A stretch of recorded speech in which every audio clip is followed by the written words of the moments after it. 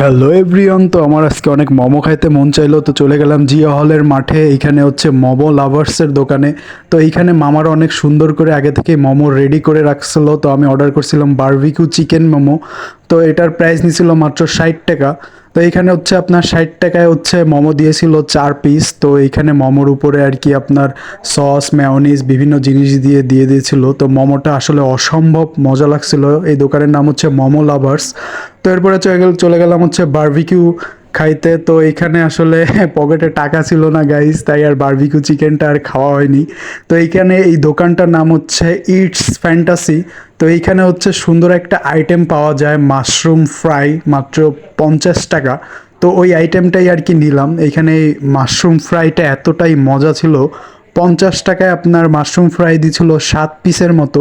খেতে কিন্তু আসলে অসম্ভব মজা লাগতেছিল। তো এখানে পরবর্তীতে আসলে আর কি বারবিকিউ চিকেনটা ট্রাই করব। তো আপাতত এই মাশরুম চপটা খেয়ে আমার কাছে বেশ ভালো লাগলো, তাই আপনাদেরও একটু জানিয়ে দিলাম।